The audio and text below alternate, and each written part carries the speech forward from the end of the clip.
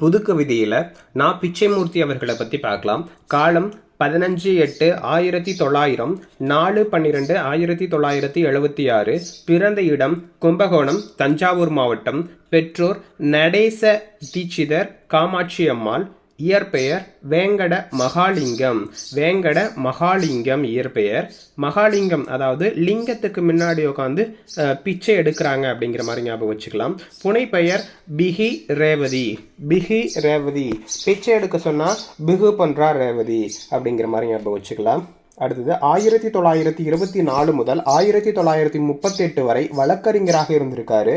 1938 முதல் 54 வரை கோயில் நிர்வாக அலுவலராக இருந்திருக்காரு. இது ஒரு முறை டிஎன்பிசியில் கேட்டிருக்காங்க.